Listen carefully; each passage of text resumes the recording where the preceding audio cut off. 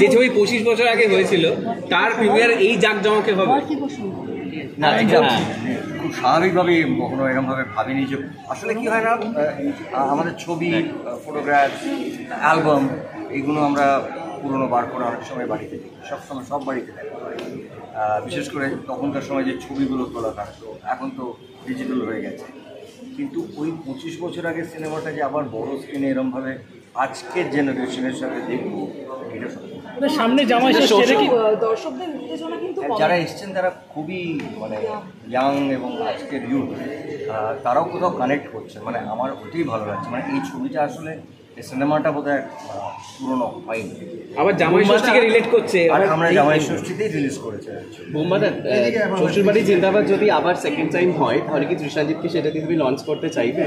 এরকম কোনো প্ল্যানিং আছে? এটা আই হ্যাভ নো আইডিয়া। 30 বছর আগে আমি ফিরে গেলাম। আমাকে আমার পরিচালক এবং হিরো বলল একদম শ্বশুরবাড়ি জিন্দাবাদে যা যা করেছিলেন এরকম লুকসটা ছিল সেরকম।